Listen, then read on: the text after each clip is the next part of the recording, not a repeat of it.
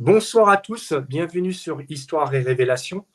Ce soir, j'ai le plaisir de recevoir le docteur Hervé Genesec, où nous allons aborder un sujet fort important que j'avais déjà abordé il y a ça pas mal de temps avec le docteur Emmanuel Carrière sur les ondes scalaires.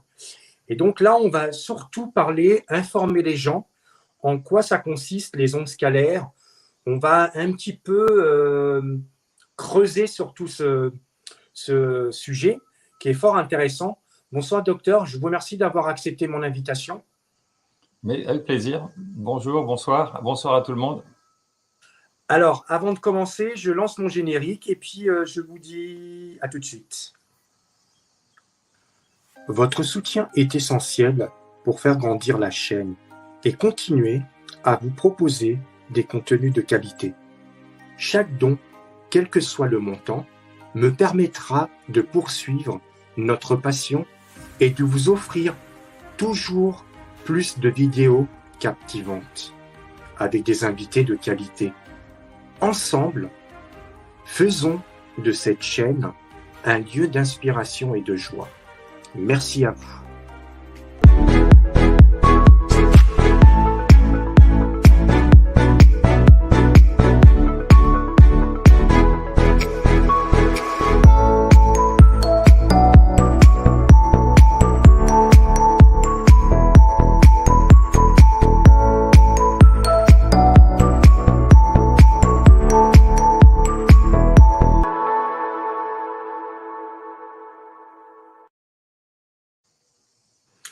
Alors, docteur, avant de commencer, je vais vous présenter. Vous allez me dire si je me suis trompé. Alors, vous êtes vétérinaire, acupuncteur, biologiste, et ça fait plus de 40 ans que vous vous posez des questions au niveau de la nature de l'énergie sur les corps vivants.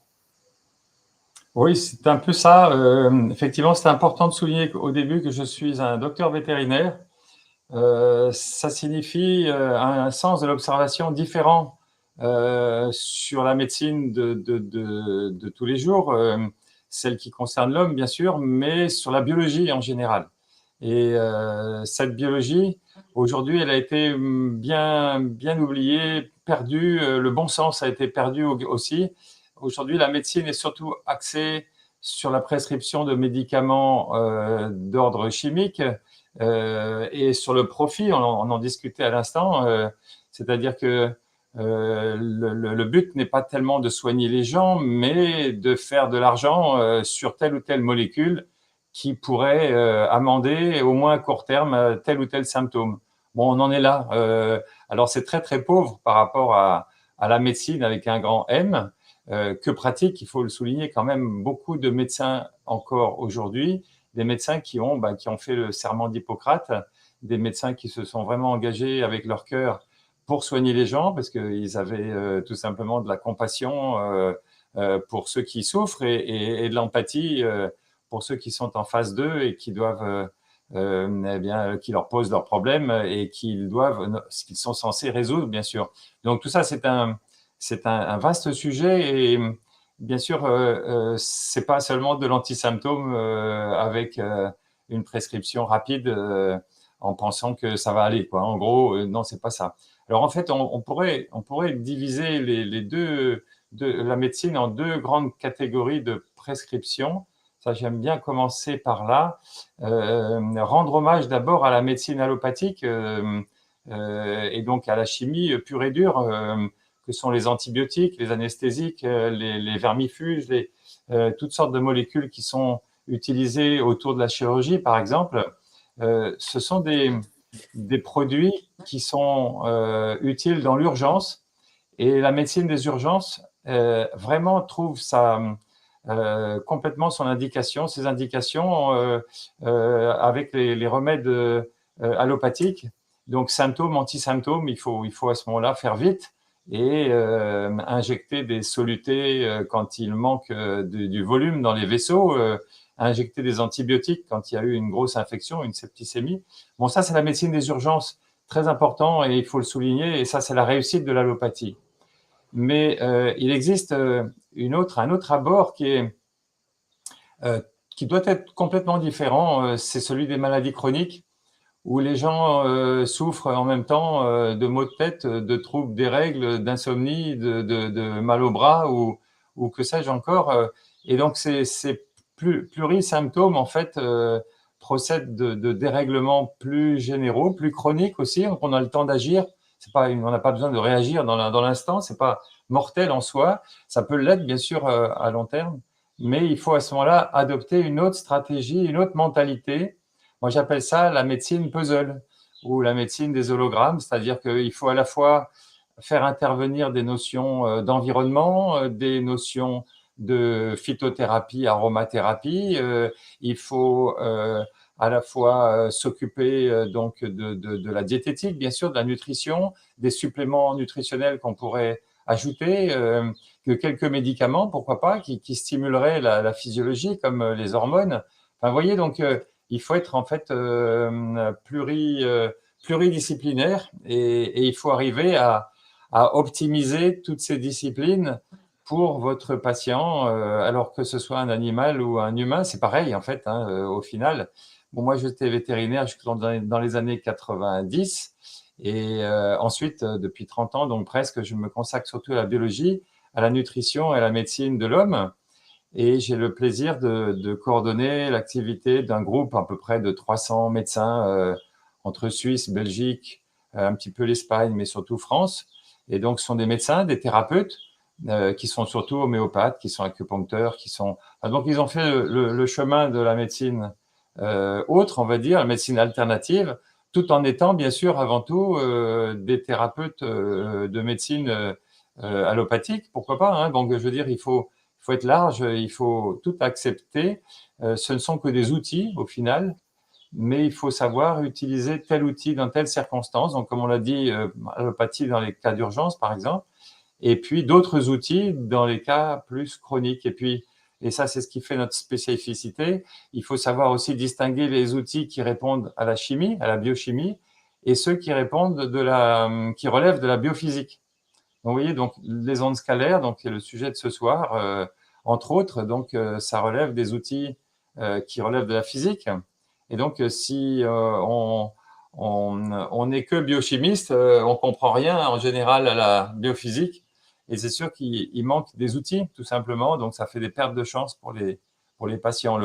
Le premier outil bête de la physique, c'est l'aiguille des acupuncteurs, hein. Ce sont des petites antennes, des petits dipôles électriques et qui manipulent le corps de lumière et le corps électrique du corps, de l'organisme. Bon, bah, c'est sûr que si vous abordez l'électricité du corps, c'est un autre sujet que d'aborder sa nutrition et les suppléments de vitamines, par exemple, hein. Mais Tout les à deux fait. sont utiles. Les deux sont utiles. Tout à fait. Et justement, comment est venu pour justement vous intéresser aux ondes scalaires avec votre parcours que vous avez eu? Qu'est-ce qui a fait que vous êtes intéressé à ce sujet? Mais moi, j'ai eu beaucoup de chance dans ma vie. En fait, j'ai commencé par être vétérinaire, comme je le disais, et avec les vétos, on a pu, dans les années 80, hein, je vous parle de ça, fin 79, j'ai appris l'acupuncture donc fin 78, 79, et puis ensuite, on a développé ça dans les années 80 avec les vétérinaires. Bon, pourquoi l'acupuncture? Parce que j'ai eu la chance aussi d'avoir une mère qui était fan d'acupuncture et qui m'a, dans les années 70, qui était complètement avant-gardiste, hein, dans les années Oui, 70, elle m'a fait fréquenter quelques acupuncteurs. Et à cette époque-là, c'était vraiment les premiers. Et tout juste, le langage venait, l'expérience venait de Chine. On traduisait les manuels du chinois vers le français. Et après, il fallait traduire la discipline elle-même, l'acupuncture, de ce qui avait été traduit vers une réalité clinique. Et donc, c'était pas évident à l'époque. Donc, à l'époque, on n'y connaissait vraiment rien. Enfin, on avait les bribes, on vanille les bases, mais en pratique, on s'est lancé avec un groupe de vétos dans la pratique de l'acupuncture chez les animaux. Et moi, j'étais le secrétaire général de l'association des vétérinaires acupuncteurs à l'époque. Après, ça s'est développé. Bon, moi, je suis parti vers d'autres horizons, mais l'idée était là. Si on utilise l'acupuncture, on fait de la physique en médecine. Et ces gens, les acupuncteurs, disent qu'ils manipulent l'énergie, le fameux chi. Plus tard, j'ai fréquenté les Indiens et la médecine ayurvédique. Et eux, ils manipulent le prana. C'est quoi le prana? C'est quoi le chi? C'est quoi l'énergie? Et ça, c'était une question qui m'a toujours taraudé, on va dire, depuis les années 80. Donc, vous voyez, ça fait plus de 40 ans. Et là encore, j'ai eu de la chance, plutôt la chance, on la provoque, bien sûr. J'ai rencontré, là, c'était il y a une douzaine d'années, un monsieur qui est un physicien qui m'a fait vraiment comprendre ce qu'est l'énergie. Et en particulier, à travers lui, j'ai pu faire la connaissance du fameux Nikola Tesla. Nikola Tesla, c'est justement le précurseur, ou l'homme à l'origine de ce que plus tard on a appelé les ondes scalaires, puisqu'il a décrit une physique qui était différente de la physique des ondes radio, hein, donc des fameuses ondes hertziennes de, comment, de Heinrich Hertz. Et donc, à l'époque, alors je vous parle là de fin 19e siècle, début 20e siècle, notre ami Nikola Tesla, un génie absolu de la physique expérimentale, l'homme aux 700 brevets, parlant 12 langues, dont le sanskrit, enfin, vous voyez un peu le cerveau, quoi. Donc, à cheval sur 3 siècles, c'est-à-dire que parmi les 700 brevets, il y a un tiers des brevets, il les a lui-même promus et expliqués. Entre autres, le courant alternatif, l'origine des radars, de la radio, des ordinateurs d'aujourd'hui. Et donc, même si, par exemple, pour la radio, il y a eu Marconi, après, qui est venu, mais il a utilisé pour ses inventions 7 ou 8 brevets de Nikola Tesla lui-même. Donc, pour vous dire qu'il a été vraiment avant tout le monde. Et c'est un homme qui était capable d'imaginer un appareil avec l'électronique de l'époque, de l'imaginer dans sa tête et de le construire, et ça marchait tout de suite. Donc, il avait une mémoire, une capacité, en fait, de concevoir et de mettre en pratique ensuite tout à fait phénoménal, exceptionnel pour son temps. Et donc, un deuxième tiers de ces brevets a été compris et utilisé après sa mort, donc en 1943. Donc, c'est un monsieur qui a vécu 87 ans quand même. Et puis, donc, un troisième tiers reste encore à découvrir pour le 21e et voire le 22e siècle. Et il est impressionnant. Et donc, lui, son domaine, bien sûr, c'était la physique. Et il disait, si vous voulez comprendre la vie, il faut que vous compreniez, il faut que vous parliez énergie, fréquence et vibration.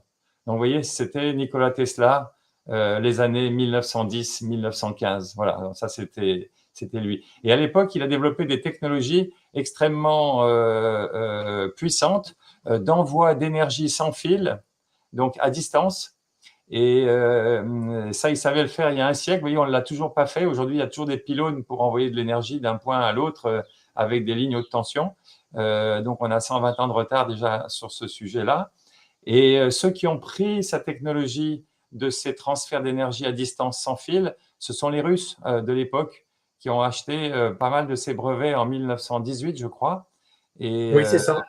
Et donc, ces brevets, donc, ils ont continué à développer. Ils ont bien sûr, depuis lors, ils ont fait des progrès. Et celui qui a développé, compris les brevets Tesla en Europe, c'est Konstantin Meil. Hein, donc, c'est un professeur allemand des universités. Et c'est avec ce monsieur que je suis en lien depuis 12 années maintenant, 12-13 années. Et Konstantin Meil, comme je parle allemand, donc je suis allé le voir et il m'a dit pourquoi pas développer tout ce qu'on fait, tout ce que je fais, tout ce que j'ai promu en France et dans le monde francophone. Alors au début, j'étais un peu effrayé par la tâche, mais après, comme je traduisais pour moi, alors j'ai traduit pour les copains et au final, on a, avec un petit groupe, dans les années 2013-2014, vous voyez, ça a commencé à ce moment-là, Oui. on s'est dit, tiens, il y a une physique différente des ondes sinusoïdes, des ondes hertziennes. Et cette physique, c'est la physique des ondes de Tesla, on va dire, les ondes Tesla, développées par Konstantin Meil avec l'électronique d'aujourd'hui. Et Konstantin Meil nous a offert, entre guillemets, un petit générateur Tesla consistant en 2 antennes qui se répondent l'une l'autre. Et ces antennes sont sphériques et elles produisent donc des ondes spirales. Et les ondes scalaires, donc c'est comme ça que les a nommées Konstantin Meil, ce sont des ondes spirales d'un point à un autre et qui sont donc des ondes qui vont cheminer sans se perdre. C'est-à-dire, elles ne perdent pas d'intensité avec le carré de la distance, comme les ondes hertziennes, comme les ondes électromagnétiques, si vous voulez. Donc, les ondes scalaires ne sont pas électromagnétiques. Elles franchissent les distances en se renforçant plus qu'en s'affaiblissant. Et bien sûr, ça a choqué. Il y a beaucoup de physiciens qui ont dit, ben non, tout simplement, ça n'existe pas. Bon, en général, c'est facile à dire quand on ne connaît pas et qu'on ne veut pas savoir, ou plutôt que ça fait peur, ou que ça remettrait en cause Oui, un enseignement déjà reçu ou déjà donné. À ce moment-là, on dit, bon, ça n'existe pas, comme ça, on botte en touche. C'est ce qu'on appelle le grand courage de pas mal de scientifiques. Bref, ceux qui ont été courageux, c'est Constantin Mael et Nikola Tesla, bien sûr, en son temps. Et maintenant, on sait que ces ondes scalaires existent. On a pu les montrer de mille manières. En particulier les Russes, toujours pareil, ils ont été assez bons dans ce domaine-là. Ça reste encore marginal chez eux, ou en tout cas, ce qui est connu n'est pas d'ordre militaire. Je pense que les militaires russes connaissent pas mal de choses. Par exemple, les ondes scalaires pouvant traverser tout, y compris les blindages. Vous pensez bien qu'ils ont dû utiliser des générateurs d'ondes spirales qui traversent tout pour, par exemple, annihiler des sources de radar, hein, par exemple, ou des sources électromagnétiques. Alors, j'en sais pas beaucoup sur le sujet, mais il y a un livre qui a paru là-dessus et qui s'appelle La guerre des ondes scalaires et donc Constantin Mael, justement, raconte tout ce qui se passe ou tout ce qui semble se passer dans le domaine militaire. Donc ça, c'est pour toutes sortes d'applications, bien sûr, immédiates. Par exemple, il raconte dans son livre comment les Russes s'amusent à produire des crop circles à distance dans les champs de blé anglais, par exemple, ou dans les lacs gelés en Suède ou au Canada, avec des cercles parfaitement dessinés ou des figures géométriques très, très impressionnantes de justesse, de beauté aussi. Et en fait, ce sont des ordinateurs russes à Saint-Pétersbourg, par exemple, qui envoient une énergie et une information, donc le dessin en question, à distance, c'est-à-dire à 5000 km de là, ou 10 000, peu importe la distance. Et ils s'amusent, ils s'entraînent en fait à viser juste et précis avec ces ondes scalaires, ces ondes spirales.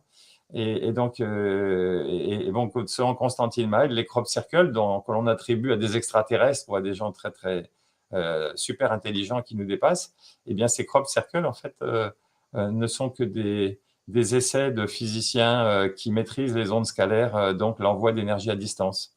Énergie et information, il faut parler des deux. d'accord. Et Oui. justement, qu'est-ce qu'on peut dire justement la différence entre ce que c'est une onde scalaire et la différence des autres ondes? C'est quoi la différence entre tous les ondes qu'on peut avoir avec les ondes scalaires? Justement, c'est ce que je disais à l'instant, c'est les autres ondes, ce sont les ondes dites électromagnétiques et elles ont un dessin comme ça, c'est-à-dire elles sont en sinusoïde comme ça, hein, donc elles sont en fait en montagne russe, si vous voulez. Hein. Bon, on Oui, parlait des Russes encore. Bon, ce sont les ondes hertziennes, hein, les ondes mises en évidence expérimentalement par Heinrich Hertz. C'était dans les années 1890. Alors à ce moment-là, les gens, ils ont dit Eureka, on a trouvé enfin une traduction expérimentale des équations d'un dénommé Maxwell, le père de la physique moderne, sans lequel Einstein ou Max Planck ont dit que eux-mêmes n'existeraient pas, tout simplement parce que c'est un autre génie, mais du 19e siècle cette fois-ci. Et donc ces équations de Maxwell ont été révélées expérimentalement par le dipôle de Hertz qui faisait ces ondes-là, qui faisait ces ondes sinusoïdes. Et dans le même temps où Hertz décrivait ces ondes sinusoïdes, alors Hertz était un professeur à Heidelberg, un professeur de physique, il était très connu, il était invité par l'intelligentsia, donc tout le monde a encensé Hertz, mais dans le même temps, il y avait un dénommé Tesla qui était déjà émigré aux États-Unis, qui disait « Halt, il existe autre chose que les ondes hertziennes, que ces ondes sinusoïdes, il existe d'autres ondes qui peuvent être émises par d'autres types d'antennes et qui franchissent les distances sans s'amenuiser. Hein, donc, c'est ce que je vous disais. Et donc, ces antennes, il faut qu'elles soient sphériques prolongées par des bobines. Et justement, la bobine Tesla, c'est une bobine spirale. Et donc, une bobine spirale à un endroit, une bobine spirale à 10 km de là. Et donc, quand vous envoyez en mettant les deux bobines et les deux antennes à la Terre, quand vous envoyez de l'énergie à partir d'une antenne, eh bien, la deuxième antenne reçoit quasiment instantanément la même quantité d'énergie. Donc, il n'y a pas d'amenuisement avec la distance. Et la même quantité, et même un petit peu plus. Il y a un surplus, en fait, comme si dans l'univers, entre les deux antennes, eh bien, il y avait des ondes spirales qui, elles aussi, se greffaient quelque part sur l'émission artificielle d'une antenne à l'autre, mais des ondes naturelles, en fait, pouvaient se mêler à cette émission artificielle. Donc voilà, D'accord. les ondes scalaires, ce sont des ondes qui sont, elles, en spirale. Elles ne sont pas Oui. sinusoïdes comme ça, elles sont en spirale. Et n'empêche, toute onde, quelle qu'elle soit, a une composante spirale et une composante sinusoïde. Et donc, la composante sinusoïde, Elle est semble-t-il, là. On l'a en photo là. voilà, donc on voit la spirale. Donc, la composante sinusoïde, si vous voulez, elle s'évanouit assez vite. Et alors que la composante spirale, elle peut prendre beaucoup elle peut parcourir les distances sans faiblir. Exemple, les ondes sonores, ce sont des ondes mécaniques, donc ça ne bouge pas des particules électriques ou des photons, mais ce sont des ondes qui bougent l'air, par exemple, les ondes sonores. Et si vous m'entendez, c'est que je parle dans un micro. Le micro est relié donc là par voie électromagnétique à nous tous. Et donc, mais l'onde sonore est une onde longitudinale aussi, qui a une composante spirale et une composante sinusoïde, mais la composante sinusoïde s'évanouit assez vite et la composante spirale, elle se déplace dans l'air et donc c'est pour ça qu'on peut s'entendre les uns les autres. Vous voyez, donc, D'accord. il y a des ondes qui sont spirales. Alors, les ondes, par exemple, sismiques, les ondes sismiques, vous savez, donc, qui sont déclenchées par un tremblement de terre. Alors, il y a aussi des vitesses différentes. Alors, quand vous avez aussi une composante sinusoïde, donc une composante comme ça, et comme ça, donc sinusoïde, et vous avez une composante spirale. Donc, et cette composante spirale, elle est plus lente que la composante sinusoïde. Donc, quand les sismologues enregistrent un séisme, ils voient d'abord arriver la composante sinusoïde. Et donc, ils se disent, tiens, il y a un séisme à tel endroit. Et ils peuvent le repérer assez vite. Et ils se disent, aïe, aïe, aïe, il faut prévenir tout le monde parce que la deuxième composante enfin, plutôt, c'est l'inverse, c'est la plus rapide, c'est la composante spirale. Et donc, ils vont donc la capter et pouvoir avertir tout le monde. Et la composante sinusoïde, qui est donc comme ça, donc avec un mouvement haut, bas, haut, bas, haut, bas, c'est elle qui est dangereuse parce que c'est une onde transversale qui éventre les immeubles et qui fait ouvrir les routes et qui fait des dégâts mécaniques très importants. Vous voyez ? Donc, il y a une différence de vitesse aussi entre les deux types d'ondes. Et si vous êtes sismologue et que vous voyez arriver donc la première onde spirale, eh bien, vous vous dites aïe, aïe, aïe, celle-là, elle est rapide, mais elle annonce l'onde plus lente qui va faire des dégâts et on a le temps comme ça éventuellement d'avertir des populations. Bon, ça se joue à quelques minutes quand même. Hein. C'est pas. Et justement, comment on peut fabriquer des ondes scalaires? Comment elles sont fabriquées? Alors, dans la nature, elles sont partout, les ondes scalaires. Hein, c'est complètement banal. Les Russes ont montré que, par exemple, le cerveau humain, il envoie des ondes scalaires, c'est-à-dire des ondes spirales, partout, tout le temps, en permanence. Et la pensée elle-même, elle est spirale. Donc, ce sont des ondes spirales qui sont les vecteurs.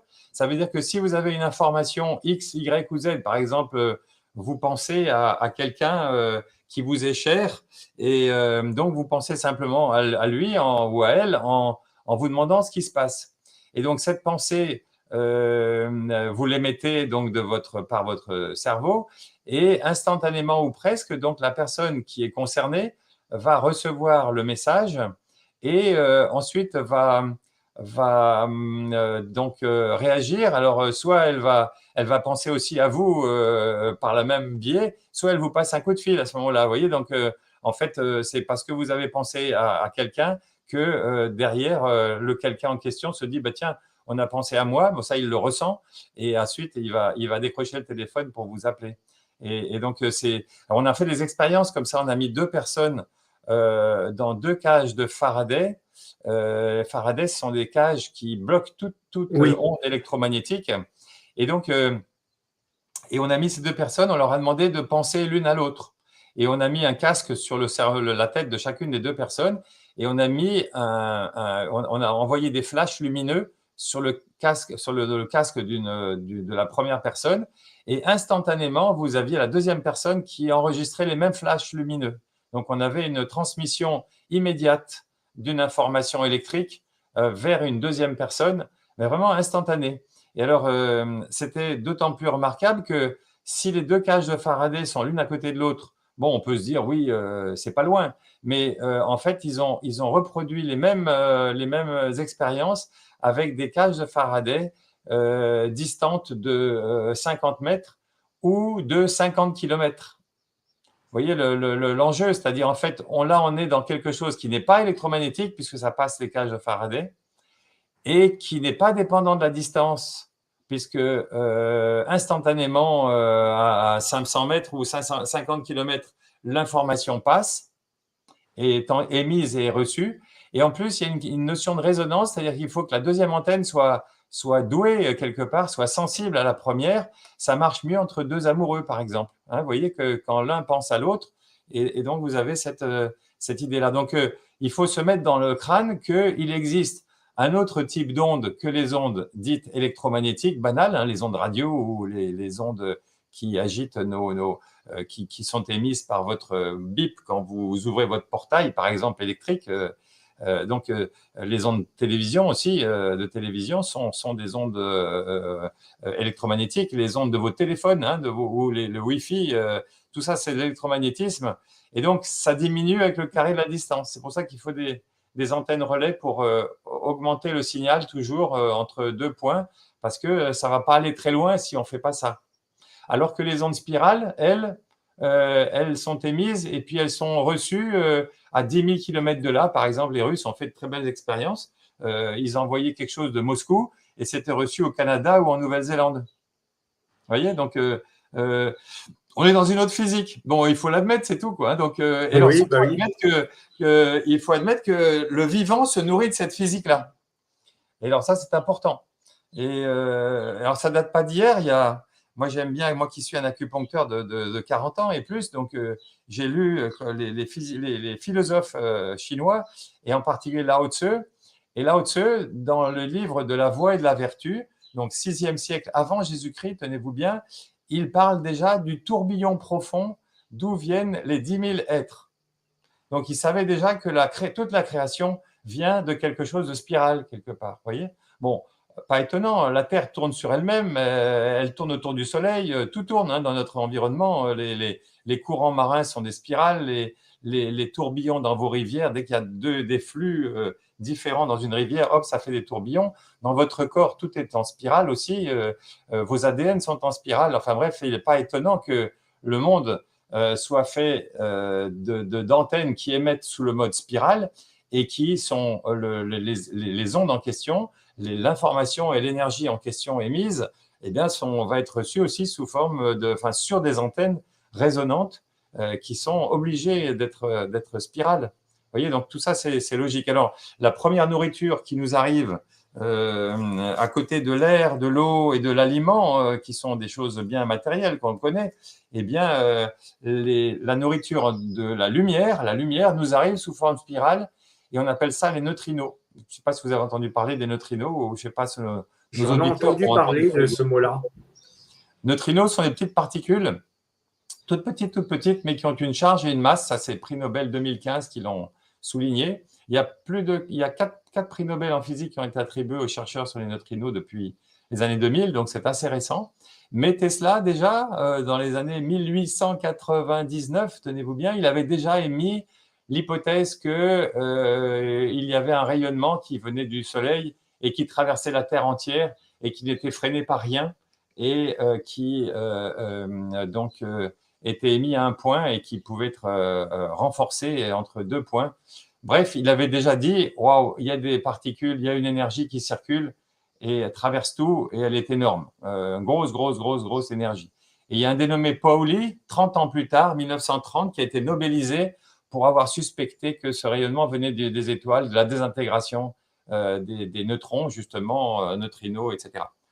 Et donc, on était dans les années 1930, mais c'est seulement dans les années 1980 qu'on a pu mettre en évidence ce rayonnement et qu'on a pu le compter. On comptait les particules qui nous arrivaient. Alors, c'est tellement ténu, ça traverse tellement tout et vite qu'il a fallu inventer des gigantesques réservoirs d'eau très pure et on voyait l'interaction seulement de ce rayonnement avec les molécules d'eau quand ils étaient un peu ralentis. Et à ce moment-là, on se disait, bon ben voilà, par quantité de litres d'eau ou de mètres cubes d'eau, on a tant de flashs lumineux, donc ça veut dire que on a tant de neutrinos qui ont traversé et on arrive à des 66 milliards de neutrinos reçus sur la Terre par centimètre carré par seconde.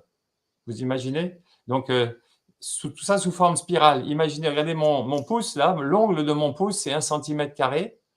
Chaque seconde qui passe, 2 jours, il y a 66 milliards de particules qui le traversent. 66 milliards. Je répète, 66 milliards.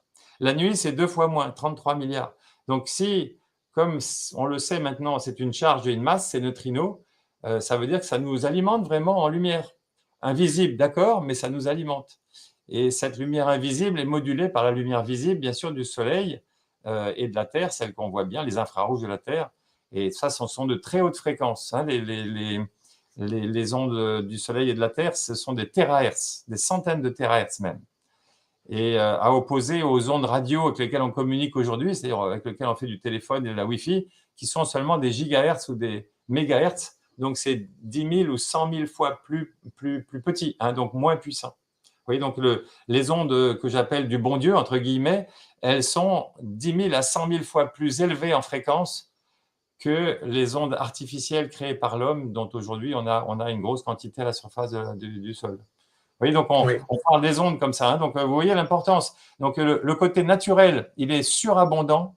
On en reçoit des volutes entières et des milliards et des milliards et des milliards de particules. Et ça nous nourrit tout simplement. Hein. Il faut bien comprendre que c'est notre alimentation lumière. Si on n'avait pas ça, on serait tous morts déjà pour commencer. Et ce qui explique, comme la nuit, il y en a 2 fois moins que le jour, que la nuit, eh ben, on a envie de dormir tout simplement. On est moins stimulé par cette lumière permanente. Et donc, on a envie de s'écraser, de s'affaisser. Et d'un autre côté, le jour, on a envie d'être plus actif. On peut être plus actif parce qu'on reçoit cette lumière, comme encore une fois, une lumière invisible reçue en ondes spirales ou scalaires, comme vous voulez. Et donc, ces ondes spirales sont modulées par de très hautes fréquences que sont les ondes du Soleil et de la Terre. Hein, vous voyez, donc le schéma, c'est ça. On est nourri par ça. Et ce rayonnement-là, comme il traverse tout, eh bien, il va traverser notre corps. Et nous sommes 70% d'eau en masse, 99% en nombre de molécules. L'eau, c'est H2O. Et donc, ce rayonnement, comme dans les grandes citernes dont je vous ai parlé tout à l'heure, va nous traverser et va dissocier une petite partie de notre eau corporelle. Et ça va produire H2, c'est-à-dire l'hydrogène, et O2, c'est-à-dire l'oxygène. Et H2 lui-même, il va se splitter, va se casser en deux, et il va fournir H+, et H-. Et H-, c'est l'ion hydrure qui fournit des électrons à tout le monde, parce que c'est le plus petit des atomes, et donc il est très généreux, il donne des électrons, et c'est une bonne idée parce qu'on en a besoin des électrons, parce que le vieillissement s'accompagne d'oxydation et de dessèchement, et l'oxydation, la définition de l'oxydation, c'est une perte d'électrons. Donc quand vous vieillissez, vous perdez votre électricité. Donc c'est quand même une bonne nouvelle que je vous apprends ce soir, de vous dire qu'en permanence, le bon Dieu a prévu le coup, si vous buvez bien, eh bien, vous avez un rayonnement qui vous traverse, qui vous refournit vos électrons en interne, on va dire, et sans que vous le sachiez, eh bien, vous vous désoxydez, c'est-à-dire en fait, vous faites de l'anti-âge sans le savoir en interne grâce à l'eau du corps que vous avez en vous, que vous buvez d'abord, hein, bien sûr. Et cette eau du corps, donc traversée par les neutrinos, modulée par les ondes du Soleil et de la Terre, eh bien, cette eau du corps va vous redonner une électricité que vous perdez par ailleurs de mille manières. Ça, on pourra y revenir. Vous voyez, Oui, donc le schéma, il est là. C'est lumière, l'eau du corps, électricité du corps. Parce qu'en fait, quelle est l'origine de ce qui fait boum boum dans votre poitrine, hein, le cœur qui fonctionne, le cerveau qui fonctionne, les membranes qui sont chargées partout dans votre corps, tout ça, c'est l'électricité. Et donc, ce oui, corps électrique, il vient bien de quelque part. Et c'est pas les aliments. Si, les aliments vous en fournissent un petit peu, mais l'eau en particulier, dissociée par la lumière, ça vous en fournit une grosse quantité. Et il y a une deuxième source aussi de cet hydrogène donnant des électrons, c'est les bactéries intestinales de votre corps, hein. Donc, vous avez dans votre ventre 500 espèces de bactéries, et celles qui sont de fermentation, celles-là, elles vous donnent de l'hydrogène et donc des électrons, et grâce à elles, vous vous antioxydez aussi, c'est-à-dire vous faites de l'anti-âge sans le savoir. Vous voyez, donc oui, c'est bien fait, hein. mm, Super machine, hein. Super oui. machine. Alors, on me dit que même en Serbie, il y a des laboratoires à ondes scalaires et que même Djokovic se soigne. Et il y a beaucoup de personnes qui se soignent en Serbie avec des ondes scalaires. Ça, c'est pas impossible. C'est pas impossible. Je connais pas le détail de tout ça, mais c'est pas impossible que la Serbie a gardé un culte vraiment de Nikola Tesla, hein, donc bien mérité. Il y a un musée Tesla à Belgrade. Oui,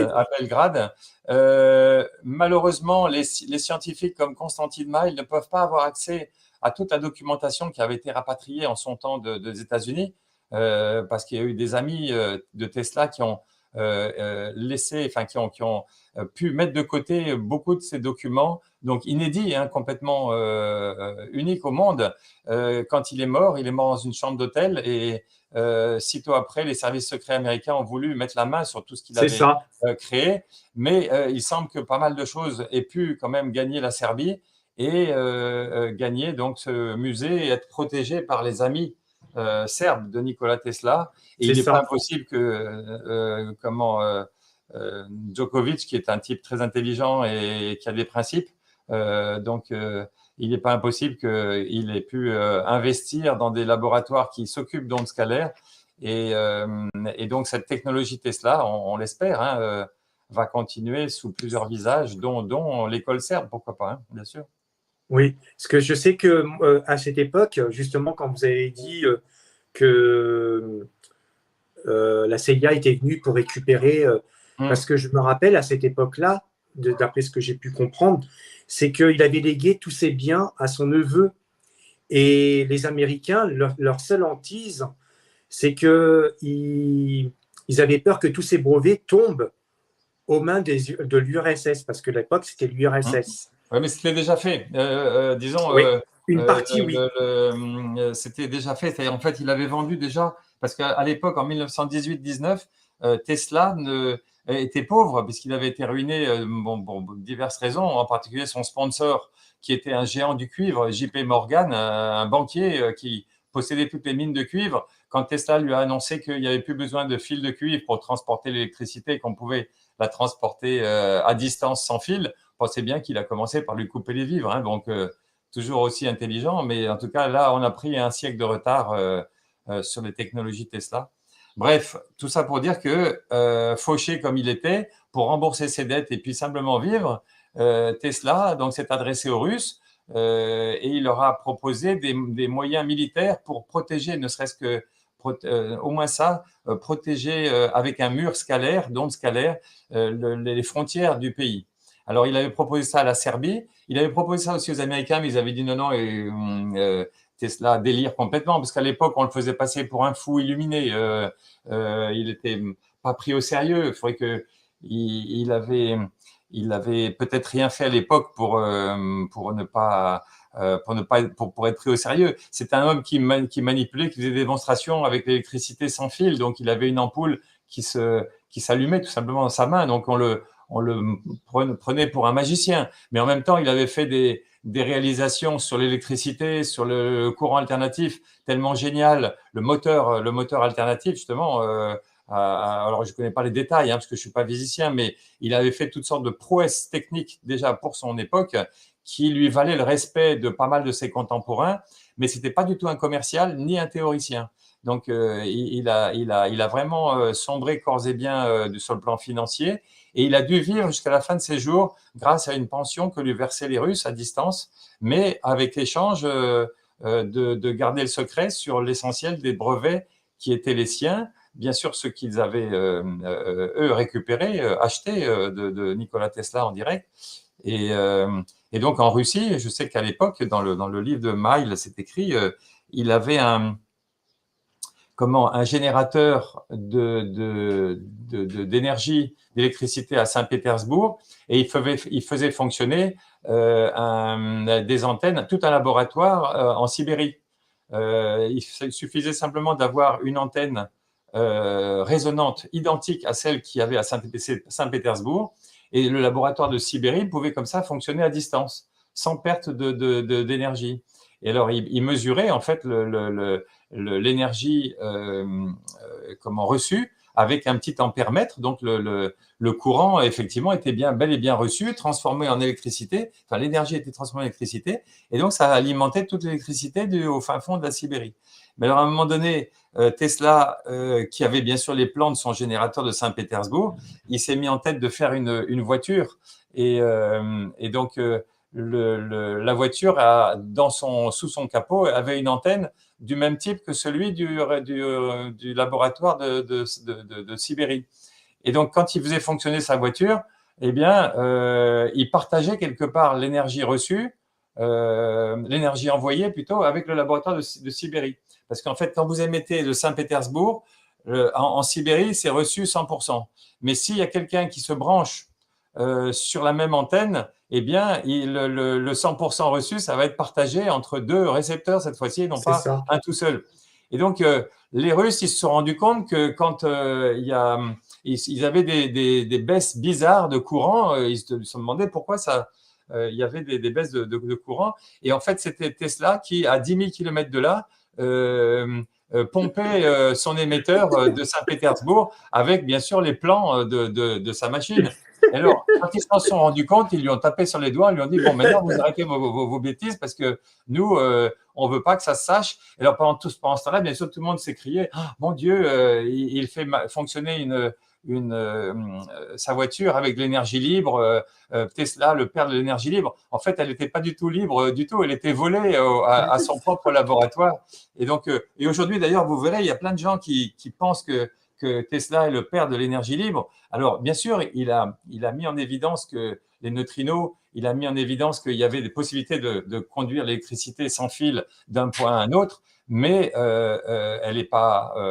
alors, bien sûr, il y aurait les champs magnétiques, il fallait l'utiliser. Il disait aussi qu'il y avait dans la haute stratosphère, dans l'ionosphère, il y avait tellement d'énergie électrique qu'on pouvait la capter. Si on savait la capter avec quelques grosses antennes, eh bien, on pourrait la distribuer à toute l'humanité d'une manière éternelle, sans qu'il y ait besoin de brûler quoi que ce soit comme énergie fossile. Il le disait ça en 1915-1910, mais vous pensez bien qu'à l'époque, il était pris pour un doudingue. Hein. Mais en tout cas, à l'époque, quand il a fait fonctionner sa voiture, c'était de l'énergie empruntée, entre guillemets, aux Russes. Et donc, c'était une énergie qui n'arrivait pas en Sibérie, mais qui arrivait sur sa bagnole à lui. Oui. Et bon, ça n'a pas duré trop longtemps parce qu'il s'est fait reprendre. C'était déjà en 1937, hein, donc c'était 6 ans avant son décès, il avait 80 et quelques années. Et alors, lui vivait de sa petite pension russe qui était versée via Belgrade à l'époque, via la Serbie. Mais bon, il continue bien sûr à s'amuser, à avoir de bonnes idées de toutes sortes d'émissions d'énergie, de transfert d'énergie. C'était un type qui était complètement génial, même à 80 ans et plus. Oui. Alors, justement, on va arriver au sujet important. C'est, voilà, donc on voit… alors, qui c'est le monsieur qui est sur la droite, à côté de Nikola Tesla? C'est Konstantin Mail, justement. Donc, vous avez à gauche Tesla et le Konstantin Mail, c'est le physicien qui est maintenant à la retraite, mais qui est un professeur des universités en physique. Et c'est un Feldphysiker, c'est-à-dire un spécialiste des champs. Et c'est un monsieur qui apprenait quand même jusqu'à sa retraite aux ingénieurs allemands à construire des radars et des ordinateurs. Donc, c'était quand même un type qui était plus que doué en électronique. Et alors, lui, il s'est pris d'amitié, de passion et de grand respect pour Tesla. Et quand on va chez Constantin Mail, il y a tous les brevets de Tesla qui sont bel et bien colligés, rassemblés avec des gros bouquins en anglais. Donc, tous ces brevets sont étudiés. Et alors, lui, il a repris certains de ces brevets pour les miniaturiser, parce qu'à l'époque de Tesla, par exemple, l'antenne qui lui permettait d'envoyer de l'énergie à distance, elle faisait 15 mètres de diamètre. Ah, Et d'accord. maintenant, Constantin Mail a miniaturisé tout ça et ces antennes, elles font 10 cm ou 15 cm de diamètre. Vous voyez, donc on est passé à une autre échelle. Et les composants, bien sûr, sont tout à fait différents. Et il a eu donc le génie de théoriser aussi tout ce qu'avait fait Tesla. Il a écrit plusieurs livres que seule une poignée de physiciens peuvent lire en anglais et en allemand. Parce qu'en fait, il y a de la mathématique là-dedans, il y a de la physique, il y a des équations. Enfin bref, c'est du très, très haut niveau en physique et en mathématiques. Et il a fait tout ce travail-là pour justement pour les générations qui viennent, pour qu'on ne dise pas Tesla c'est perdu et qu'on ne dise pas les ondes spirales ça n'existe pas. Il en a fait vraiment l'engagement de toute sa vie, quoi, hein.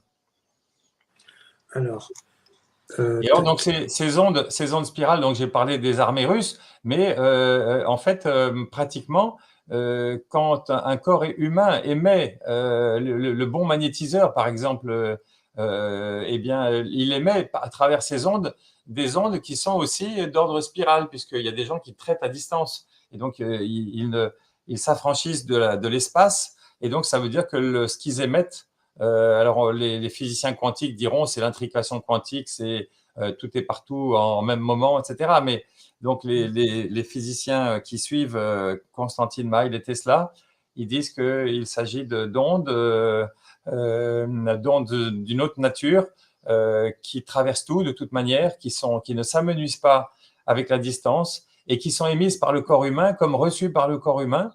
Et donc on peut renforcer ce flux d'ondes. Et donc c'est pour ça qu'il a inventé un double système d'antenne Tesla. Et la personne, vous voyez le fauteuil rouge, là au milieu de deux espèces de tours. Dans les tours, il y a des antennes spirales, donc des sphères. Ce sont des sphères, des sphériques plutôt, donc des antennes sphériques. Et avec des bobines Tesla, des bobines plates, des enroulements de cuivre d'une certaine distance, d'une certaine taille. Et donc, tout ce dispositif est censé reproduire un rayonnement tel que le corps humain pourrait le produire en étant un peu plus fort peut-être, parce que là, on parle de milliwatts. Peut-être le corps humain émet seulement en microwatts, allez savoir, hein. En tout cas, petite puissance de rien du tout. ok. Et bien justement, l'appareil qu'on a devant, comment que ça fonctionne? Il fonctionne C'est un petit comment? peu. Imaginez que vous avez les deux bras ouverts d'un bon magnétiseur. En gros, c'est ça. Ça vous crée un champ. Et donc, dans ce champ, on va dire renforcé, eh bien, vous recevez toujours les neutrinos qui viennent du Soleil et de la Terre. Vous recevez toujours ces rayonnements-là, mais d'une manière renforcée, d'une manière plus présente. Et vous pouvez en profiter pour faire passer des informations, un peu comme si vous injectiez carrément un remède ou un produit dans le corps de la personne avec une seringue. Eh bien, sauf que là, la seringue, c'est une onde. Et donc, vous envoyez, par exemple, un extrait de tissu, une série de fréquences aussi. Vous envoyez des huiles essentielles, de l'émanation, en fait, d'une plante. Vous voyez, toutes ces choses-là. De la musique aussi. Vous pouvez envoyer un message, hein. Donc, les Russes ont montré que par les ondes scalaires, vous pouvez envoyer non seulement de la musique de Mozart, par exemple, mais aussi un message subliminal. Et donc, les psychiatres russes ont beaucoup travaillé là-dessus. Et maintenant, je pense qu'il y aura beaucoup d'études de scientifiques dans le monde entier qui travaillent là-dessus et qui envoient d'une manière subliminale à toutes sortes de publics des messages qui ne sont pas forcément souhaitables, hein. Par exemple, à la veille d'élections, on peut très bien imaginer que eh bien, on manipule les gens quand ils écoutent la radio, ils regardent leur série préférée ou même une information X, Y ou Z, eh bien, en filigrane, passe une autre information, votez pour machin par exemple, ou faites ci, faites ci, faites ci. Et il paraît qu'un tiers des personnes quand même sont spontanément sensibles, c'est-à-dire pourraient changer leur vote, bon on va parler d'élection, dès lors qu'on leur met ce message subliminal plus ou moins tous les jours pendant un mois avant le vote, via la radio, via la télévision, etc. Donc la première des choses à faire, bien sûr, c'est de ne pas écouter ni la radio ni la télévision. Et justement, pour avoir cette information, on la reçoit instantanée ou il faut attendre quelques secondes ou quelques non, minutes c'est en direct. Quand vous avez une onde, c'est un message, c'est comme si vous écoutiez un message, sauf que c'est de la méthode Coué, quoi. Par exemple, pour traiter, les Russes, ils ont utilisé des antennes comme ça, des champs scalaires pour traiter des gens qui étaient psychiatriques lourds, c'est-à-dire imaginez quelqu'un qui est complètement schizophrène, violent, qui a déjà qui a déjà tué quelqu'un et bon bref, la personne complètement ingérable, sous médicaments lourds, etc., etc.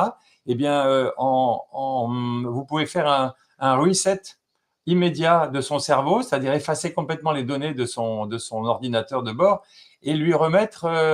Alors, vous pouvez faire des resets partiels, c'est-à-dire le type continue à parler sa langue maternelle et à reconnaître son père et sa mère, mais vous pouvez faire aussi un reset total. Et donc, ils sont allés jusque-là. Alors, moi, j'ai pas le détail, bien sûr, parce que je vis en France et que j'ai pas mais en tout cas, dans le livre de Maël, il décrit ces équipes psychiatriques russes en particulier, mais on peut supposer que les Américains sont très forts là-dessus aussi, que dans le programme MK Ultra, tous les services secrets en fait de tous les pays, en tout cas les plus avancés, eh bien sont capables ou seraient capables ou en tout cas sont en recherche de méthodes pour influencer les masses. C'est clair, hein, c'est évident que c'est en cours ça. Alors c'est un langage très subversif, on va dire, mais c'est certainement tout à fait la réalité. Et alors, il y a un tiers, donc, comme je vous disais, qui est complètement sensible à ce discours. Il y a un deuxième tiers qui est complètement résistant, et vous pouvez leur mettre tous les messages subliminaux du monde. Jamais ils adhéreront à ce que vous leur dites par message subliminal. Et puis, il y a un deuxième tiers qui serait, pourquoi pas, si on leur explique, mais il faut qu'ils soient ouverts et d'accord, et à ce moment-là, ils se laisseraient imprégner de ce message subliminal. Donc, ça fait quand même un tiers qui, de toute manière, seront sensibles et seront capables de passer à l'action. À l'époque, ils faisaient aussi des zombies comme ça. Vous savez, il y a un type qui doit partir dans une mission ultra secrète. C'est un soldat physiquement surentraîné.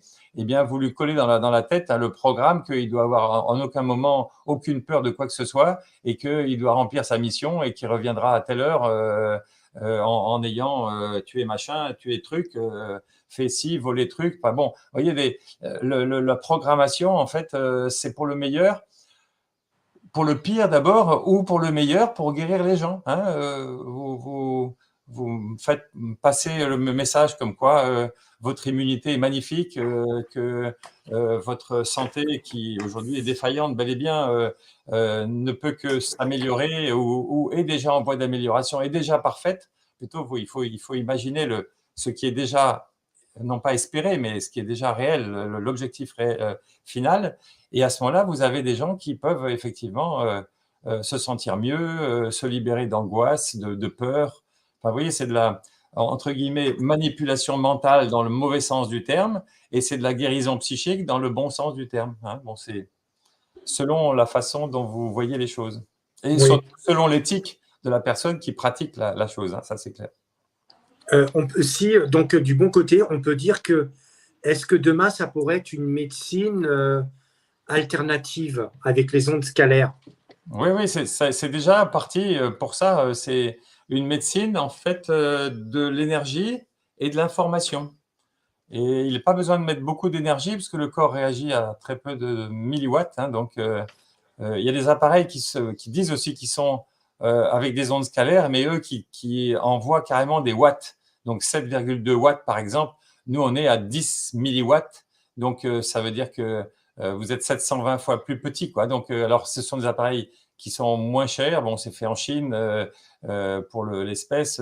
Qui sont moins chers et mais qui ont des résultats. Il faut s'enquérir des résultats, bien sûr. Hein. Donc, l'idée, c'est ça. Mais par contre, ça arrose plus la qualité de l'onde scalaire est moins bonne, on va dire, à l'émission. Et donc, comme pour les voitures, hein, il y a toutes sortes de modèles et toutes sortes de gens qui travaillent sur le sujet.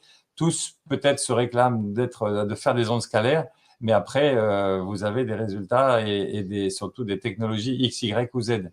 Donc, le mot scalaire, ça peut être un mot passe-partout, mais il faut aussi se méfier et ça peut très bien être nul ou même dangereux, pourquoi pas, hein. Là, on peut voir dans l'image les spirales en cuivre. Oui, alors ça, ce sont des images qui montrent la technologie de Lakhovsky, hein. En haut, vous avez le Georges Lakhovsky lui-même, qui était dans les années 1930. Il était contemporain de Tesla. Il paraît qu'ils se sont rencontrés. Et lui, il avait inventé ce qui s'appelle l'oscillateur à longueur d'onde multiple. Pour vous donner un ordre d'idée, c'était des champs avec des tensions énormes, hein. On était à plusieurs centaines de milliers de volts, alors que l'appareil de Constantin Weil, par exemple, il est à 2 volts, hein. Vous voyez, donc c'est rien à voir, hein, rien à voir. Mais Oui. dans ces centaines de milliers de volts, il y avait des ondes électromagnétiques de produites et aussi, vu ces tensions, des ondes spirales. Et donc, à l'époque, ils ne le savaient pas, bien sûr, Lakhovsky, mais ils traitaient déjà avec des ondes spirales. Et ils ont eu de très, très bons résultats sur plein de choses en donnant de l'énergie aux gens, mais il fallait que les gens soient mis à la terre impérativement, sinon ils pouvaient griller. Alors, ils ont parlé des bons résultats, mais ils n'ont pas parlé des gens qui sont morts avec ces champs aussi forts, aussi importants, quoi. Mais c'était le début de la médecine par les ondes, vous voyez. Est-ce que on peut dire qu'aujourd'hui, les ondes scalaires peuvent être utilisées à des fins militaires? Alors oui, aujourd'hui, c'est ce qui se passe certainement le plus avec les Russes qui ont un petit peu d'avance. Je ne sais pas si vous vous souvenez de l'histoire selon laquelle lors de l'annexion de la Crimée en 2014, l'annexion, c'est-à-dire en fait le retour de la Crimée à la Russie, parce que vous savez que la Crimée a été donnée par Khrouchtchev en 50, dans les années 50. Et puis, comme ils étaient à 100% russophones ou presque, ils ne voulaient pas arrêter de parler leur langue maternelle. Et donc, il y a eu pas mal de tensions. Et donc, ils ont fini par voter le rattachement à la Russie plutôt que le rattachement à l'Ukraine d'aujourd'hui. Et pareil, en fait, les problèmes aujourd'hui en Ukraine viennent du fait que, justement, les russophones purs ont été quelque part ostracisés. Et donc, à cette époque, donc en 2014 déjà, la Crimée devient russe et ça ne plaît pas du tout déjà à l'OTAN. Alors l'OTAN donc envoie un navire, un destroyer capable de tirer 100 missiles dans 100 directions en même temps sur 100 cibles différentes. Donc, il envoie ce destroyer donc très menaçant. Il l'envoie en mer Noire, ce qui est déjà une déclaration de guerre parce que seuls les bateaux qui sont limitrophes de la mer Noire ont le droit de circuler en marine de guerre, s'entend, c'est-à-dire l'Ukraine, la Roumanie, la Russie et la Turquie. Et donc, les Russes ont envoyé à ce moment-là, à la rencontre de ce destroyer, donc c'était Poutine déjà, ils ont envoyé un Sukhoi, un vieux Sukhoi, qui était désarmé, mais ils ne le savaient pas à l'époque. Et en tout cas, les gens du destroyer ne le savaient pas. Et ils ont envoyé, alors bien sûr, le destroyer a vu arriver le Sukhoi en question et il s'est dit, oh là là, arrive un Sukhoi, celui-là, on se l'ajuste, on lui envoie un missile, on va le descendre tout de suite. Et en fait, ce qui s'est passé, c'est que quand le Sukhoi est arrivé, même avant d'être visible, tous les écrans d'ordinateur du destroyer sont devenus comme de la neige. Vous savez, les fins des émissions, quoi. Donc, tous les écrans muets et toutes les batteries de missiles, tous les ordinateurs du bateau sont devenus complètement sourds, aveugles et muets. Et là, ça a vraiment effrayé les gens qui étaient sur place parce qu'ils se demandaient mais comment c'est possible. Et ils ont vu arriver vraiment le Sukhoi à vue. Or, dans la guerre moderne, quand on voit quelque chose à vue, c'est déjà fini. On est déjà cuit, hein. C'est valable sur Terre avec les chars, entre les chars et les avions. Vous pensez, vous les hélicoptères, pensez bien qu'avec les avions type Sukhoi, c'est déjà encore plus vrai. Et les navires, a fortiori. Et donc, tout le monde s'est rassemblé sur sur le ponton parce qu'ils ont vu arriver le Sukhoi. Ils se sont dit, bon, bah, ils vont nous couler, personne n'entendra parler de nous et on ne saura pas ce qu'est devenu le destroyer, pourtant le fleuron de l'armée de l'OTAN. Et donc, l'OTAN, c'est nous, hein, la France, les pays de l'OTAN, enfin, vous connaissez. Et, Oui. et donc, ce qui s'est passé, c'est que le Sukhoi est arrivé. Il a fait un looping au-dessus en passant à 150 mètres au-dessus du bâtiment de guerre. Et tout le monde pouvait le voir. Il a fait un piqué. Donc, les types ils se sont dit, ça y est, il va lancer un missile, il va nous couler tout de suite. À vue, comme ça, aussi proche. Eh bien non, il s'est relevé immédiatement et il est reparti dans le ciel. Et puis, il a fait un looping et il est revenu à la charge en faisant un piqué une deuxième fois. Et alors, les gens sur le navire, ils se sont dit, bon, ça y est, il a fait un truc d'essai, une approche, mais maintenant, on va y passer vraiment. Et en fait, non, deuxième fois, il s'est relevé, et ainsi de suite, 12 fois de suite, il a fait ça. Et il a piqué et il s'est relevé, et après, il a disparu à l'horizon. Sous-entendu, il leur a donné la leçon en leur disant, bon, vous voyez, toute votre électronique et toute votre technologie n'est rien face à la nôtre, et nous, on peut traverser vos blindages et on peut inactiver à distance toute votre électronique comme ça en quelques secondes. Donc, merci, au revoir, et surtout, ne nous embêtez plus. Et l'histoire veut que le destroyer en question a été remorqué jusqu'à Constanța, le port roumain le plus proche. Et là, il y a eu des missions en direct de tout le staff directeur du bateau, parce qu'ils ont dit, bon, ça sert à rien d'être le fleuron de l'OTAN si on se fait ridiculiser comme ça par l'armée qui est justement censée être contre celle de l'OTAN. Alors, je ne sais pas où ils en sont aujourd'hui entre Russes et Américains, mais je sais qu'ils leur ont fait le coup à nouveau, les Russes. Ils ont inactivé tout le porte-avions Roosevelt. Alors, vous regardez sur Internet, hein, vous regardez Theodore Roosevelt, porte-avions USA, sous-marin russe. Vous mettez ça sur Google et vous aurez l'histoire des porte-avions et des destroyers américains qui se sont fait ridiculiser en mer Noire ou en mer Baltique pour ça. Donc, pour répondre à votre question, oui, on utilise des ondes scalaires aujourd'hui. Nous, à notre échelle, toute petite échelle, on fait ça peut-être pour la thérapie, mais on manipule des puissances ridicules. Les Russes, je pense aujourd'hui, en tout cas au moins l'armée russe, manipule ces ondes scalaires à des puissances bien plus grandes, capables de traverser des blindages et donc d'inactiver à distance les sources radar ou les sources d'ondes électromagnétiques qui, elles, ont nécessité d'être… Ah oui, donc c'est tout un monde, hein, c'est tout un monde énorme et qui est en train d'être utilisé certainement sur les théâtres d'opération d'aujourd'hui.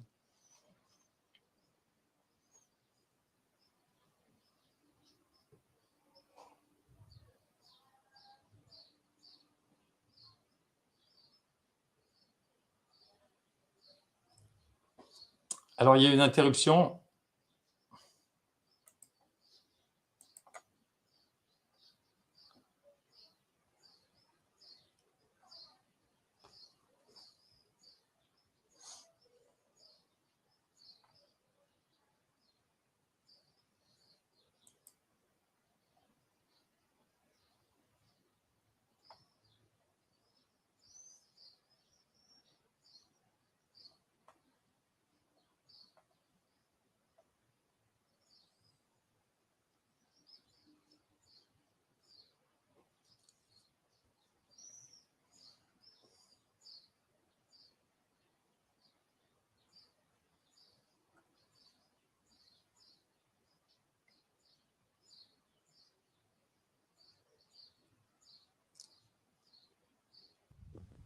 Je suis revenu. La Wi-Fi fait des siennes. Voilà, vous avez dû vous… On vous avait perdu quelque temps. Oui, la Wi-Fi, elle fait des siennes en ce moment. Hein. Ouais. Alors, entre deux, j'ai regardé les commentaires sur les questions aussi. Donc, peut-être on pourrait passer aux questions des gens. Oui. Là, sur la question de la voiture à énergie libre, j'ai déjà répondu. En fait, il a pas inventé une voiture à énergie libre. Il avait inventé une voiture qui pouvait recevoir une énergie circulant sans fil d'une antenne X. Alors, l'antenne X, elle était située soit aux États-Unis, soit en Russie. mais il y avait en tout cas zéro fil, zéro lien entre sa source d'énergie et la voiture en question. Alors, il y a Constantin Mail, il a imaginé qu'on pourrait, avec une technologie scalaire, fournir de l'énergie à toutes les voitures du monde. Il suffit de se brancher sur une source d'énergie indiscutable à l'origine, par exemple un volcan en Islande. Si vous arrivez à capter toute l'énergie d'un volcan islandais, donc qui est par définition infini, vous la transformez en électricité, vous avez les antennes d'émission de type Tesla proches du volcan et vous envoyez avec un code pour chacun des utilisateurs, vous envoyez de l'énergie à toutes les voitures qui auraient une antenne résonante avec l'antenne islandaise. Vous voyez, c'est une idée. Alors, je ne vous la dis pas comme ça, cette idée, c'est une idée qui a été développée par Constantin Mail lui-même dans un article que j'ai lu quand j'étais chez lui. Il m'avait montré un article qu'il avait pondu dans une revue auto-moto magazine, quelque chose comme ça. Et donc, il avait fait un article très documenté où justement il expliquait que en puisant une énergie illimitée quelque part, on pouvait la transmettre où l'on voulait. Alors bien sûr, la personne payerait pour cette énergie reçue et elle payerait un abonnement en fait qui pourrait être limité dans le temps et renouvelé régulièrement. Et donc, voilà le principe. Ça n'a rien à voir avec le moteur magnétique qui serait peut-être plus facile, en tout cas plus individualisable, hein, on va dire. Hein. Mais voilà, Alors, l'idée de Tesla, c'est ça. Est-ce qu'il existe un… Alors, y a-t-il plusieurs fréquences sur des appareils ondes scalaires comme des fréquences radio? Ça, on a répondu. Alors oui, il faut dire que pour ce qui est les ondes scalaires, en fait, c'est Constantin Mail, il a créé un appareil avec une porteuse, un peu comme une onde radio porteuse, si vous voulez. Et après, sur la porteuse, vous mettez toutes sortes d'informations. Et l'objectif, c'est ça, c'est de faire passer des informations dans le corps de la personne. Hein, D'accord. l'information, on a dit, c'est extrait tissulaire, série de fréquences, musique, message subliminal, pourquoi pas, ou message clair. Par exemple, si demain je suis malade et j'enregistre moi-même avec ma voix un message très positif du genre je vais parfaitement bien, je suis en pleine forme, ma tête est réfléchie comme jamais, mon corps répond, je cours très vite, etc. Enfin bref, je suis en pleine forme, mon immunité vis-à-vis de tel microbe est exceptionnelle. Je me mets ça, j'enregistre ça pendant 30 secondes sur un petit message audio. Et ensuite, j'infuse ça dans l'appareil et je me le passe en boucle pendant un quart d'heure. Et pendant un quart d'heure, j'aurai le message enregistré avec ma voix. Donc, éthiquement, c'est correct, hein, c'est-à-dire que je me reconnais moi-même. Et alors, je peux aussi ne pas m'entendre, c'est-à-dire que je passe ça dans l'appareil et je ne m'entends pas, mais par contre, mes cellules, elles m'entendent parce que ça passe à travers les ondes scalaires et donc vous allez avoir une imprégnation du corps du message très positif sans que l'esprit dise non, c'est pas vrai, je suis pas si en bonne forme que ça, parce que en fait, si vous faites entendre un message trop positif ou très positif par votre cerveau, le cerveau il va douter, hein, parce que le cerveau, le mental, il doute toujours, hein, il va croire que c'est pas vrai. Alors en fait, si vous voulez vraiment être thérapeute, il vous faut shunter le cerveau et vous adresser directement aux cellules. Et donc, c'est ce qu'on peut faire avec les ondes scalaires. Vous voyez, donc, d'accord. ça passe sur la porteuse.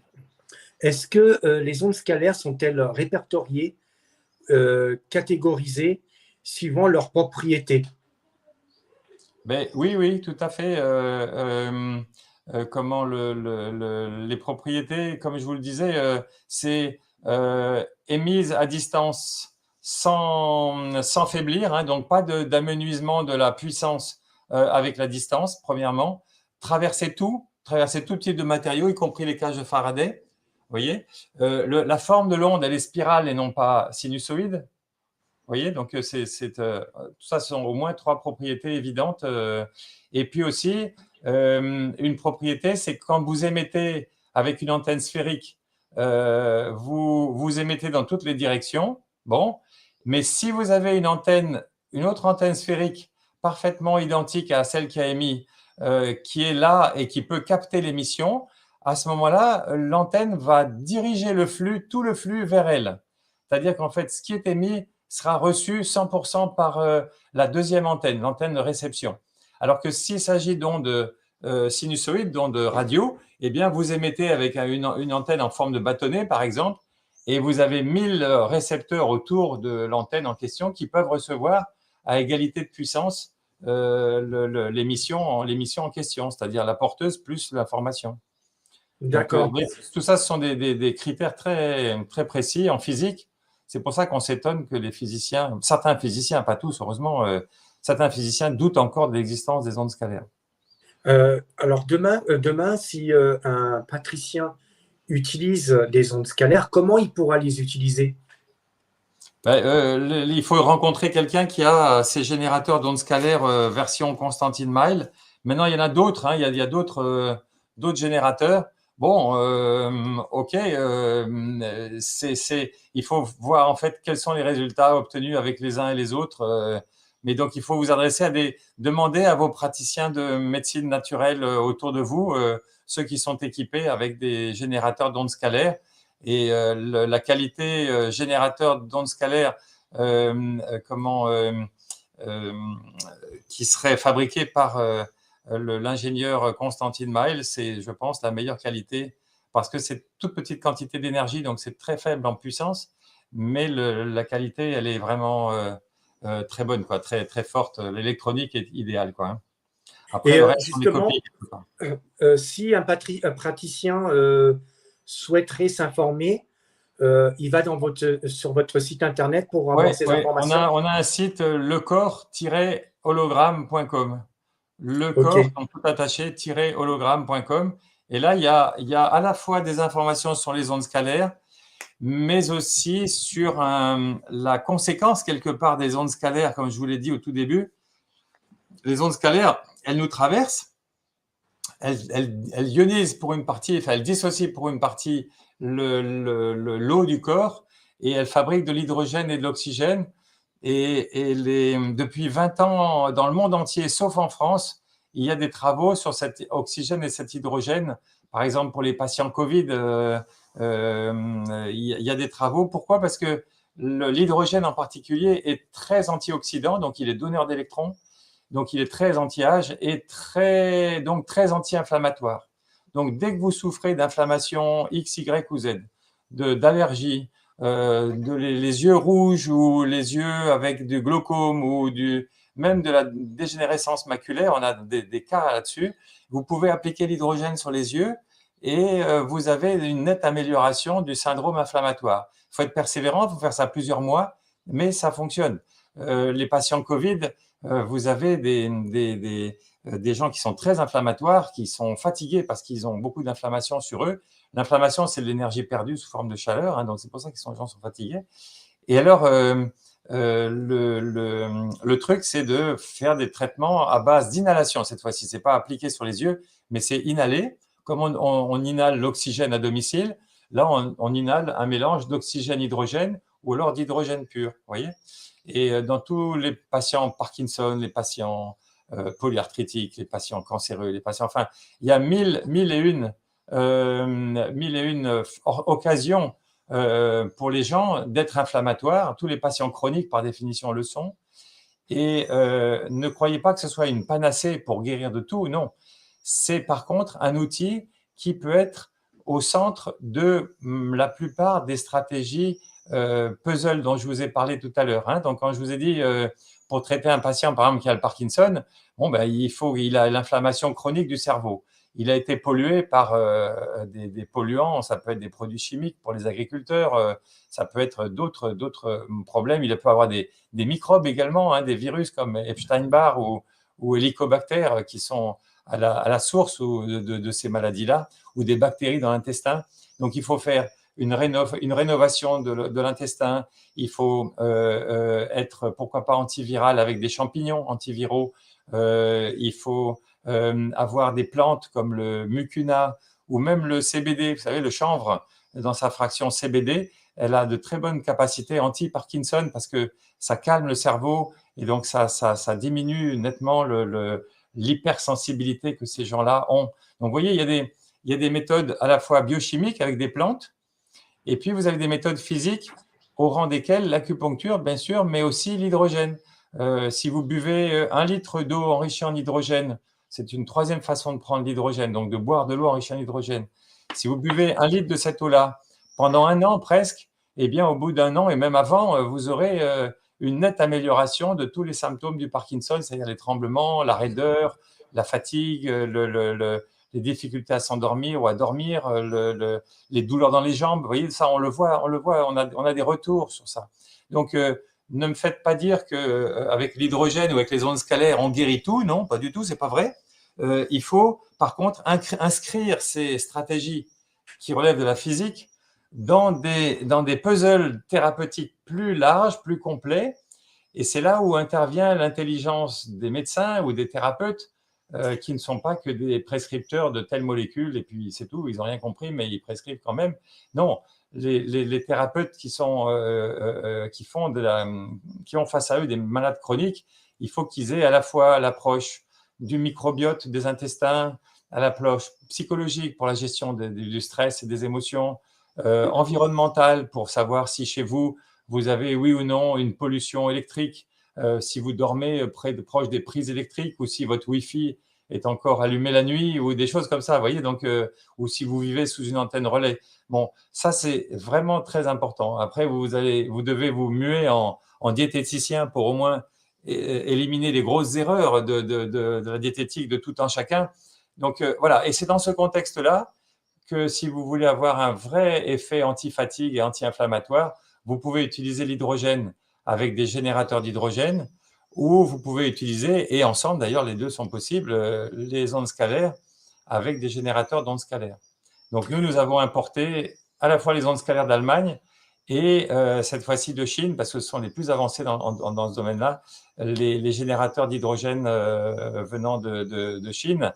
Il y a un marché intérieur pour les générateurs d'hydrogène en Chine énorme. Tous les hôpitaux, toutes les cliniques là-bas sont équipés. Ils réaniment leurs patients Covid, par exemple, avec le mélange oxygène-hydrogène et non pas seulement oxygène. Oui, donc c'est un autre paradigme, un autre monde, et le fait de sortir de France, eh ben, ça nous permet de comprendre que ces gens-là sont assez avancés, même très avancés, et que nous, on est en retard. Bête, mais c'est comme ça. Oui. Est-ce que je suppose qu'il existe des centres de formation pour les praticiens? Oui, alors nous, on fait des séminaires de formation pour les ondes scalaires.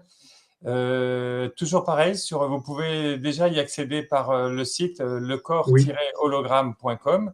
Ça s'adresse plutôt quand même aux thérapeutes parce qu'il y a un vocabulaire qui est assez, on va dire, médical ou physiologique là-dedans. Bon, ceci dit, on a eu des patients curieux qui ont acheté les séminaires et qui ont dit que c'était tout à fait possible de les suivre. Bon, ça, c'est une chose. Et alors, on est en train de les réécrire parce que comme maintenant, nous avons inclus les générateurs d'oxygène et d'hydrogène et que c'est un sujet absolument énorme, parce que c'est à l'origine de la compréhension des cancers et des maladies dégénératives, dont les Parkinson, Alzheimer et autres. Et donc, ça, je pourrais en dire un mot. Mais en tout cas, c'est un sujet énorme que l'hydrogène, les électrons et cette sécrétion de l'eau corporelle qui est l'électricité, notre électricité interne, eh bien, c'est à l'origine, je peux en dire maintenant 2 mots parce que j'en viens à parler de ça, c'est à l'origine d'un concept qui est notre recherche et qui va être à l'origine d'un petit livre que je vais écrire cet été. Donc, vous voyez, vous avez vraiment le scoop, pas tout à fait le scoop, mais vous avez la primeur, vos auditeurs ont la primeur, pour expliquer très simplement pourquoi le corps dégénère et se cancérise. C'est tellement simple que justement, tout le monde se perd dans la multiplicité des symptômes, mais à l'origine de tout, justement, il y a cette fameuse carence en électrons qu'on appelle oxydation. Oxydation égale carence en électrons. Oxydation égale, c'est presque synonyme de dessèchement, donc perte d'eau, et vieillissement. Donc tout ce qui est à l'origine du vieillissement dans nos corps, on peut le décrire sous la forme d'une oxydation, c'est-à-dire d'une perte d'électrons. Donc bien sûr, il est important de s'occuper de savoir où sont nos sources d'électrons, de façon à ce que si on en perd beaucoup, par exemple dans des émotions ou dans des pollutions diverses et variées, par exemple se faire irradier par des ondes radio toute la journée avec nos téléphones portables et autres, ça c'est une source de perte d'électrons et donc d'oxydation et donc de vieillissement. Ça c'est une des sources, hein, vous voyez, c'est une source très contemporaine, très moderne. Et bien donc, on a quand même de la ressource. Comme je vous le disais au tout début, notre flore intestinale est capable de produire, donc la flore à bifidum est capable de produire de l'hydrogène et donc des électrons. Sachez que Jeanne Calment, à 110 ans, elle avait une flore à bifidum, donc bifidum lactobacille, c'est notre flore de fermentation. Elle avait cette flore-là à un taux extraordinaire pour son âge.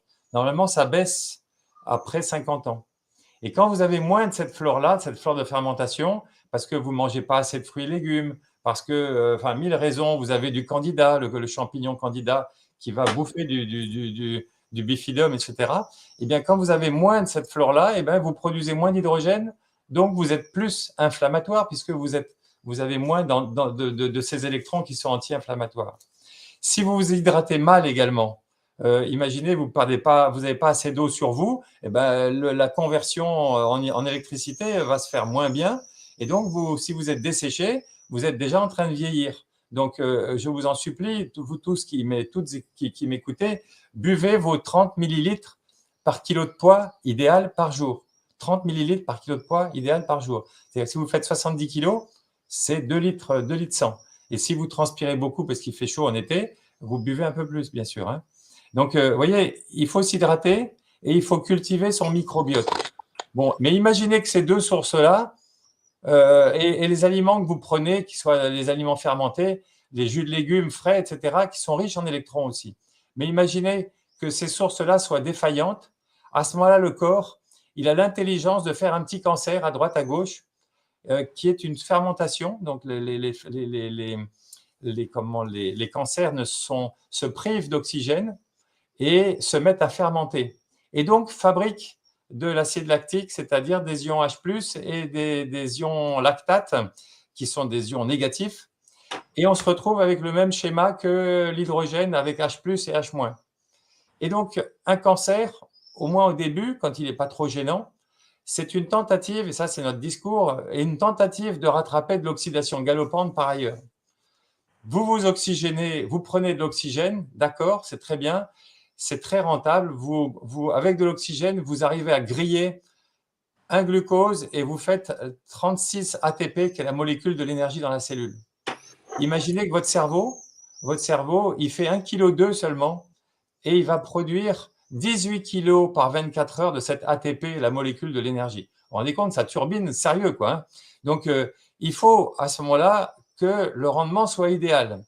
Et pour que le rendement soit idéal, il faut que à chaque seconde, votre corps qui utilise de l'oxygène, il produit malheureusement aussi en sous-produit des radicaux libres pour une petite partie.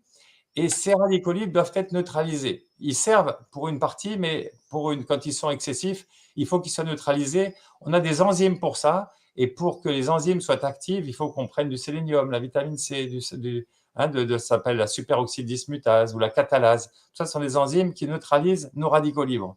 Mais si on n'y arrive pas avec l'âge, avec une mauvaise micronutrition, avec toutes ces circonstances-là, où le stress, où on a trop de ces radicaux libres, à ce moment-là, donc, le corps, il s'oxyde, c'est-à-dire il perd ses électrons, et ne supportant plus cette situation, il se dit, bon, en attendant de vraiment m'oxyder complètement, je vais me faire un petit cancer qui, lui, au moins, n'utilise pas d'oxygène et va pouvoir compenser, au moins localement, cette perte d'électrons. Et c'est ce qui se passe. Et donc, si vous partez en vacances à ce moment-là, donc vous vous détendez, vous déstressez, vous changez d'alimentation, vous allez sur un lieu de vacances et vous allez prendre plus de pastèques, de concombres et de fruits frais. Et donc, vous allez avoir plus d'électrons. Votre flore intestinale à électrons, elle va être plus costaud. Voyez, vous vous hydratez de plus, vous avez enfin compris le message, vous vous hydratez plus. Donc, à ce moment-là, vous n'avez plus besoin de faire une source d'électrons supplémentaires et votre petit cancer, s'il disparaît. Vous voyez, il se désactive tout seul, il se fait ravaler. Et ça se passe dans votre corps pendant des années, des années, des années, parce que votre corps, il sait compenser par un petit cancer les électrons qu'il n'a plus. Hein, bon.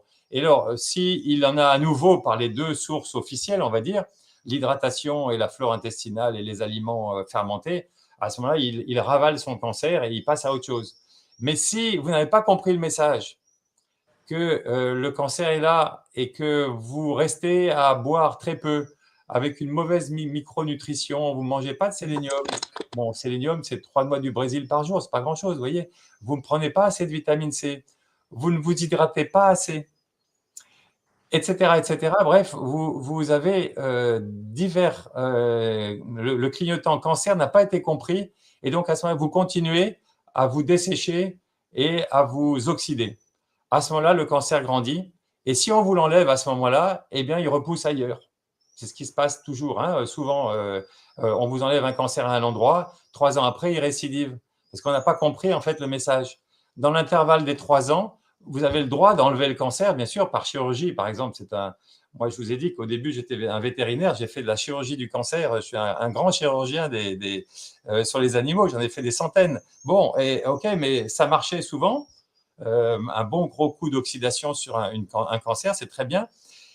Chimiothérapie, radiothérapie, pourquoi pas. Mais à côté, il faut avoir compris le message et il faut donc s'hydrater, faire une bonne micronutrition, se déstresser, enlever les métaux lourds qui sont capables de bloquer vos enzymes antioxydantes, etc., etc. Donc, vous voyez, il faut faire des choses précises qui sont la médecine de terrain si vous voulez ne pas récidiver de votre cancer ou si vous voulez éviter tout simplement votre cancer ou si vous voulez être capable de ravaler assez rapidement un cancer en cours. Mais le cancer, c'est la bonne nouvelle que je voulais partager avec vous, n'est pas un problème, c'est une solution.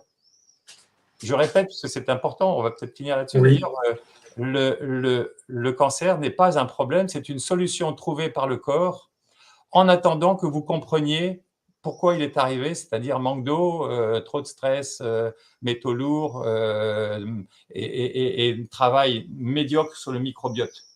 Donc, si vous faites tout ça, vous serez tranquille. Et surtout, entre deux, si on vous a enlevé un cancer, parce que vous avez souffert d'un cancer, eh bien, à ce moment-là, vous ne ferez pas la récidive parce que vous avez suivi ces consignes que je viens de vous donner. Hein, donc, microbiote, hydratation, micronutrition intelligente, déstress, chélation des métaux lourds, etc., etc. Donc, tout ça, c'est la médecine de terrain. Et ça, c'est un message majeur parce qu'aujourd'hui, dans le monde entier, les instituts sont anti-cancer. Donc, qu'est-ce qu'ils font? Vous avez un cancer sur vous, hop, ils se précipitent sur vous et ils vous enlèvent le cancer. Mais ils ne font pas le reste. Et donc, les cancers récidivent. Eux, ils sont intéressés uniquement avec les molécules de chimiothérapie le plus souvent ou des méthodes qui sont pourquoi pas très utiles. Hein. Attention, je n'ai pas dit que c'était inutile. J'ai dit que quand un cancer est là, il faut le brûler, pourquoi pas. Et là, il faut le suroxyder. Mais il faut antioxyder à côté et faire en sorte cette médecine de terrain, mettre en œuvre cette médecine de terrain. Et pour les maladies dégénératives comme les Alzheimer, Parkinson, c'est pareil, sauf que les cellules, elles n'ont pas le courage quelque part de se cancériser. Elles se disent, bon, allez hop, j'ai pas assez d'oxygène, j'ai plus la capacité d'encaisser de l'oxygène sans m'oxyder trop. À ce moment-là, hop, je switch, je meurs. Et donc, la mort cellulaire, c'est une réponse aussi à un stress et des conditions d'environnement pour la cellule qui sont mauvais. Enfin, vous voyez, donc, Ok. globalement, Oui. ce sujet de l'énergie nous a fait réfléchir à des choses très importantes. Et la bonne biologie comme la bonne médecine se conçoit avec des solutions de la biochimie, mais aussi de la biophysique. Si vous oubliez l'un et vous pratiquez l'un et vous oubliez l'autre, à ce moment-là, vous êtes sûr de ne pas comprendre beaucoup de choses. Mais il faut faire les deux. À ce moment-là, c'est très, très, très fertile, très, très fécond, on va dire. Hein. Tout à fait. Voilà. Ok, docteur, donc on va arriver à un terme de notre interview. En général, mes invités, je leur laisse le dernier mot de la fin. Donc, je vous laisse pareil pour vous le dernier mot de la fin. Ben, écoutez, je souhaite que le public que je remercie ce soir d'avoir eu la patience d'écouter jusqu'au bout. Donc, ce public retienne vraiment cette maxime que le corps est intelligent, qu'ils trouvent des solutions et que nous, ce que nous voyons comme des choses, des problèmes, en fait, ne sont pas forcément des problèmes, ce sont avant tout des solutions. Il faut comprendre le langage du corps et corriger de façon en observant les lois, on va dire, de la biologie et non pas les lois du commerce international. Et donc, il faut comprendre ces lois de la biologie et les appliquer. Et c'est ce que font, heureusement, de plus en plus de médecins. Et donc, moi, en tant que témoin et en tant que biologiste qui a 40 ans de bouteille et plus, je vais m'appliquer à expliquer cette biologie au plus grand nombre, à la fois le grand public, qui pourra comme ça réclamer cette bonne biologie et cette bonne médecine auprès de son médecin, et aussi, bien sûr, pour les scientifiques, les thérapeutes, les médecins, ceux qui sont en face des malades et qui doivent être nourris en bonnes informations. Voilà ce qu'on peut dire. Alors, moi, je vais rajouter, je vous remercie déjà d'avoir accepté mon invitation et je conseille de partager la vidéo et de la réécouter surtout. Et vous restez encore quelques minutes avec moi. Je vous souhaite une bonne soirée, portez-vous bien. Surtout, n'oubliez pas de partager la vidéo. Très important sur tous les réseaux.